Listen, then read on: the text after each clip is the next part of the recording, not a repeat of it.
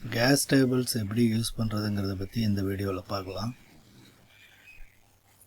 இந்த நொட்டேஷன்ஸை முதல்ல பார்த்துக்கணும். எல்லா நொட்டேஷன்ஸுக்கும் ஒரு வேல்யூ இருக்கும். ஏன்னா velocity of sound, Chinna fluid velocity. இந்த நொட்டேஷன்ஸு மாறக்கூடாது. கேஸ் டேபிள்ஸை ரெஃபர் பண்ணுறப்போ இந்த நொட்டேஷன்ஸ் மாறிடக்கூடாது. ஒவ்வொரு நொட்டேஷனையும் கரெக்டாக ஃபாலோ பண்ணணும். அதுக்கப்புறம் இந்த இன்ட்ரோடக்ஷனில் கொடுத்துருப்பாங்க gas dynamic properties of some vapour and gases, vapours and கேஸஸ்னு கொடுத்துருப்பாங்க. இதில் நாம் சாதாரணமாக ஏருக்கு, ரியல் கேஸுக்கு என்னென்ன ஃபார்முலாஸ்லாம் யூஸ் பண்ணணுமோ அந்த ஃபார்முலாஸ் இங்கே கொடுத்துருப்பாங்க. Gamma CP divided by CV or CP minus CV, இதெல்லாம் நம்ம டெரைவ் பண்ணியிருப்போம். இது எல்லாத்தையும் ஃபார்முலாஸாக எடுத்து கொடுத்துருப்பாங்க. அதுக்கப்புறம் இந்த விஷயங்களை கொஞ்சம் படித்து பாருங்கள். அதுக்கப்புறம் இந்த ஃபார்முலாஸ், இந்த ஐசென்ட்ரோபிக் ஃபார்முலாஸ்லாம் நம்ம டெரைவ் பண்ணியிருப்போம். இந்த ஃபார்முலாஸால் டைரெக்டாகவே கொடுத்துருப்பாங்க. இதை அப்படியே டைரெக்டாகவே நம்ம அப்ளை பண்ணிட முடியும். இந்த ஸ்டார் வேல்யூஸ் உள்பட டைரெக்டாகவே நம்ம அப்ளை பண்ணிட முடியும். இதை ஞாபகம் வச்சுக்க வேண்டியதில்லை. அதே மாதிரி நார்மல் ஷாக்ஸ் அண்ட் பர்ஃபெக்ட் கேஸில் எக்ஸு ஒய்ன்னு கொடுத்துருப்பாங்க. எக்ஸுங்கிறது நார்மல் ஷாக்கோடைய அப்ஸ்ட்ரீம், ஒய்ங்கிறது நார்மல் ஷாக்கோடைய டவுன் ஸ்ட்ரீமு. இதில் அசம்ஷன்ஸ் வரைக்கும் கொடுத்துருப்பாங்க.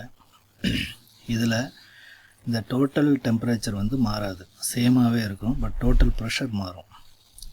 அதாவது P0Xும் P0Yயும் ஈக்குவலாக இருக்காது, அதுக்கு ரேஷியோ இருக்கும். But T0X T0Y total temperature மாறாது. ஸ்டாக்னேஷன் டெம்பரேச்சர் ஷாக்குக்கு முன்னாடி என்ன ஸ்டாக்னேஷன் டெம்பரேச்சர் இருக்கோ அதே தான் ஷாக்குக்கு அப்புறம் உள்ள ஸ்டாக்னேஷன் டெம்பரேச்சரும் வரும். மற்றபடி இந்த வேல்யூஸ் எல்லாமே டெரைவ் பண்ணது தான். இதை அப்படியே டைரெக்டாகவே அப்ளை பண்ணிடலாம்.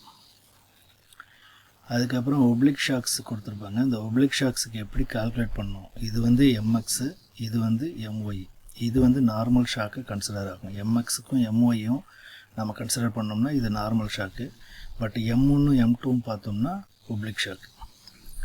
இப்போது நம்மளுக்கு கொடுத்துருக்கிற M1 எம்எக்ஸை கன்வெர்ட் பண்ணி அதுக்கப்புறம் நார்மல் ஷாக் டேபிளை யூஸ் பண்ணி எம்ஒயை கால்குலேட் பண்ணி அதுக்கப்புறம் M2வை கால்குலேட் பண்ணணும். இது நம்ம ப்ராப்ளம் போகிறப்ப நம்ம கால்குலேட் பண்ணுறத பார்க்கலாம். இதோடைய அசம்ஷன்ஸ், இதோடைய டேட்டாஸும் கொடுத்துருப்பாங்க. எம்எக்ஸ் வேறு, M1 வேறு. இதில் M1 M2ங்கிறது ஒப்ளிக் ஷாக் ப்ராப்பர்ட்டி. பட்டு எம்எக்ஸ் எம்ஒய்ங்கிறது நார்மல் ஷாக் மாதிரி கன்சிடர் ஆகும். அது இதில் கொடுத்துருப்பாங்க.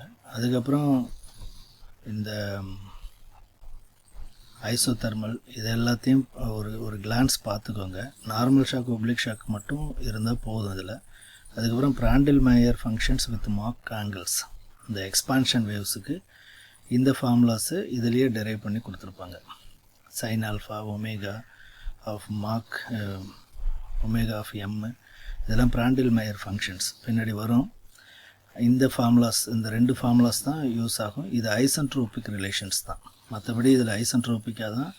இதில் இப்போ கம்ப்ரெஷன் வேவ்ஸில் வர்ற மாதிரி இதில் ப்ராப்பர்ட்டிஸ் மாறாது. இது எக்ஸ்பான்ஷன் ஐசென்ட்ரோபிக்காகவே நடக்கும். அதனால் ஐசென்ட்ரோபிக் ஃப்ளோ அப்படின்னு கொடுத்துருக்காங்க பாருங்கள். இது ஐசென்ட்ரோபிக்காகவே நடக்கும். அதனால் இதுக்குன்னு தனியாக ஒரு டேபிள் இருக்காது. ஐசென்ட்ரோபிக் டேபிளே நம்ம ஃபாலோ பண்ணலாம். பட் இந்த ரெண்டு ஃபார்முலாஸும் ஆட் பண்ணணும். இதெல்லாம் பார்த்துக்கோங்க. ஜஸ்ட்டு ஒரு கிளான்ஸ் பார்த்துக்கிட்டிங்கன்னா அதுக்கப்புறம் நம்மளுடைய ப்ராப்ளம் பண்ணுறப்போ எந்தெந்த ஃபார்முலாஸ் யூஸ் பண்ணணும் அப்படிங்கிறது நாம் செலக்ட் பண்ணி யூஸ் பண்ணிக்க வேண்டியதுதான், அவ்வளோதான். அதுமாதிரி டேபிள்ஸ் பார்த்திங்கன்னா இது gas dynamic properties of air at various temperature. இதில் டெம்பரேச்சர், சிபி, சிவி, காமா, சில ஃபார்முலாஸ்லாம் சில ப்ராப்ளத்துக்கெலாம் டைரெக்டாகவே இந்த டேபிள்ஸில் ஆன்சர்ஸ் இருக்கும். கொஞ்சம் யோசித்தாலே போதும். இந்த நொட்டேஷன்ஸ், இந்த WTO, EO*, PO, இதுக்கு எல்லாத்துக்குமே நொட்டேஷன்ஸை நீங்கள் முன்னாடி நொட்டேஷன்ஸ்னு கொடுத்துருப்பாங்களோ அந்த பேஜில் ரெஃபர் பண்ணிக்கணும். அதுக்கப்புறம் gas dynamic properties of hydrogen, நிறைய மெட்டீரியல்ஸ் கொடுத்துருப்பாங்க. கார்பன் டை ஆக்சைடு, இது மாதிரிலாம் கொடுத்துருப்பாங்க. இது ஒவ்வொரு ப்ராப்ளமாக உங்களுக்கு என்ன தேவையோ அதை மட்டும் இப்போவே பார்த்துக்கோங்க. பின்னாடி அங்கே போயிட்டு எக்ஸாமில் போயிட்டு தேடிட்டு இருக்கக்கூடாது. அப்புறம் properties of standard atmosphere, altitude wise, temperature இதெல்லாம் கொடுத்துருப்பாங்க.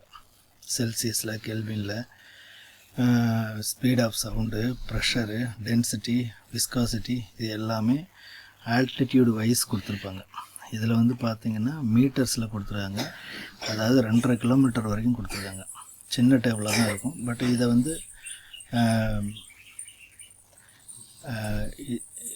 வந்து இன்னமும் அதிகப்படுத்தி பார்த்துக்கலாம். இதில் வந்து 20 கிலோமீட்டர் வரைக்கும் கொடுத்துருக்காங்க. பட் இதுக்கப்புறம் 11 கிலோமீட்டர்லலாம் வந்து ஏர்க்ராஃப்ட் ஃப்ளை ஆகுறது -56 டிகிரி சென்டிகிரேடு, அதாவது -57 செல்சியஸில் தான் 11 கிலோமீட்டரில் நம்ம ஏர்க்ராஃப்ட்லாம் ஃப்ளை ஆகும். இந்த டேட்டாவெல்லாம் கொஞ்சம் பார்த்துக்கோங்க. அடுத்து ஐசென்ட்ரோபிக் ஃப்ளோ, இதுலேருந்து ஐசென்ட்ரோபிக் ஃப்ளோ இது வரைக்கும் ஆல்டிடியூடு. இதில் பாருங்கள், property standard atmosphere, altitude depend பண்ணி எப்படி அட்மாஸ்பியர் வேல்யூஸ் மாறுதுன்னு கொடுத்துருப்பாங்க. அதுக்கப்புறம் இதில் ஐசென்ட்ரோபிக் ஃப்ளோ கொடுத்துருப்பாங்க. இது காமா ஈக்குவல் டு 1. இந்த வேல்யூ பார்க்கணும். காமா ஈக்குவல் டு 1.4 சில இதில் மென்ஷன் ஆகும். ஸ்டாண்டர்டாக காமா ஈக்குவல் டு 1.4 தான் ஏருக்கு எடுத்துப்போம். இது வந்து 1.3ன்னு வந்ததுன்னா அது வேறு கேஸாக கூட இருக்கலாம். பட் இந்த பாயிண்டில் என்னென்ன வேல்யூ இருக்குங்கிறத கால்குலேட் பண்ணி டேபிளாக கொடுத்துருக்காங்க. இது எல்லாமே ஃபார்முலாஸ்லேருந்து வர்ற டேபிள்ஸ் தான், எக்ஸல் ஷீட்டில் வர்ற டேபிள்ஸ் தான் இதெல்லாம். அது மாதிரி இப்போ இது வந்து 1.3லேயே போயிட்டுருக்கு. 1.4க்கு மாறிடும். 1.3லே போயிட்டுருக்கும். அப்புறம் கொஞ்ச நாள் கழிச்சு டேபிள் 3.2 பார்த்தீங்கன்னா isentropic perfect gas gamma equal to 1.4 அப்படின்னு கிடச்சிரும். இதையும் அப்படியே ஒரு கிளான்ஸ் அப்படியே பார்த்துட்டே போங்க. அதுக்கப்புறம் நார்மல் ஷாக் டேபிள் வந்துடும். இந்த நார்மல் ஷாக் டேபிள் வந்துருச்சுனாலே நம்ம ஆஸ் யூஷுவல் இதுக்கு முன்னாடி புக்கில் என்ன பார்த்தோமோ அதே மாதிரி தான் இருக்கும்.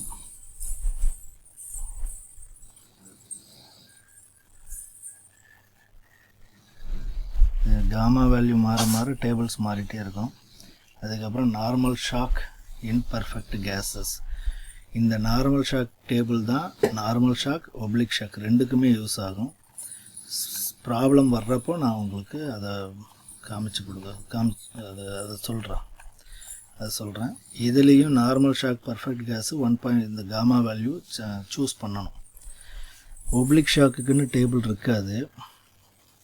பட் இங்கே ஒப்ளிக் ஷாக்குக்குன்னு தனியாக டேபிளை ஃப்ரேம் பண்ணி கொடுத்துருக்காங்க. ஒப்ளிக் ஷாக்குன்னு தனியாக டேபிள் தேவையில்லை. இதில் ஒப்ளிக் ஷாக்குக்குன்னு தனியாக டேபிள் ஃப்ரேம் பண்ணி கொடுத்துருக்காங்க. இது வந்து டைரெக்டாகவே நம்ம அப்ளை பண்ணிடலாம். இந்த கேஸ் டேபிளில் இருக்கிற மிகப்பெரிய அட்வான்டேஜ் என்னன்னு கேட்டால் நார்மல் ஷாக்கு கொடுத்துட்டு அதுக்கப்புறம் ஒப்ளிக் ஷாக்குக்குன்னு தனியாக டேபிள் கொடுத்துருக்காங்க. பட் நார்மலாக ஒப்ளிக் ஷாக்குன்னு டேபிள் தேவையில்லை. இந்த வேவ் ஆங்கிள், டிஃப்ளெக்ஷன் ஆங்கிள்னு கொடுத்துருக்காங்க இல்லையா, wave angles for given deflection angles, given deflection. இந்த காமாவோட வேல்யூ ஃபஸ்ட்டு சூஸ் பண்ணணும். அதுக்கப்புறம் டெல்டா, இந்த டெல்டாவோட வேல்யூ நீங்கள் வந்து பேஜ் நம்பர், இப்போ இந்த உங்களுடைய டேபிளில் பேஜ் நம்பர் 6ல் பார்த்தீங்கன்னா, இப்போ முன்னாடியே வந்துடுச்சு டேபிள் நம்பர் இந்த 62ல் இருக்கும். 6ல் பார்த்தீங்கன்னா உங்களுக்கு அந்த சிக்மா டெல்டான்னு 2 வேல்யூ கொடுத்துருப்பாங்க. அந்த டெல்டாவோடைய வேல்யூ தான் இது. இந்த டெல்டாவோட வேல்யூ அப்புறம் சிக்மாவோட வேல்யூ இங்கே வந்துடும். M1 sigma, M1 sigma, M1 sigma. இந்த டெல்டா, காமா, இது எல்லாத்தையுமே டைரெக்டாகவே அப்ளை பண்ணிடலாம் ஒப்ளிக் ஷாக்குக்கு. இவ்வளோ தான் இந்த நார்மல் ஷாக்கு, ஒப்ளிக் ஷாக்கு, இதுதான் வந்து ரொம்ப முக்கியம். அதுக்கப்புறம் எக்ஸ்பான்ஷன் வேவ்ஸுக்கு வரும். எக்ஸ்பான்ஷன் வேவ்ஸுக்கு பிராண்டில் மேயர் ஃபங்க்ஷன்ஸு இருந்தாலே போதும். பட் இங்கே பார்த்தா ஃப்ரிக்ஷன்ஸு, ஃபெனோஃப்ளோலாம் தேவைப்பட்டால் மட்டும் பார்த்துக்கலாம்.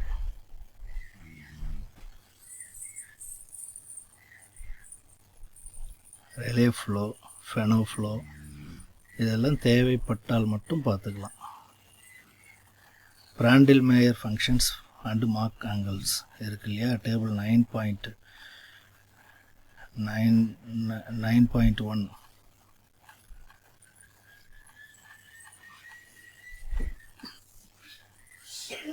Table 9.1 Prandtl mayor functions. இதில் காமாவோட வேல்யூ சூஸ் பண்ணிவிட்டு அதுக்கப்புறம் அந்த வேல்யூஸை நம்ம பார்க்கணும். மார்க்கு, ஆல்ஃபா, இந்த காமாவோட வேல்யூ, இதில் பிராண்டல் மேயர் ஃபங்க்ஷன்ஸுக்கான வேல்யூஸ்லாம் நம்மளுக்கு கிடச்சிடும். இதே மாதிரி நம்ம ஒவ்வொரு ஃபங்க்ஷனையும் நம்ம பார்க்க போகிறோம். முதல்ல இந்த டேபிள்ஸை பாருங்கள். இந்த டேபிள்ஸில் இருக்கிற எல்லா விஷயத்தையும் ஒரு தடவை ஒரு கிளான்ஸ் பாருங்கள்.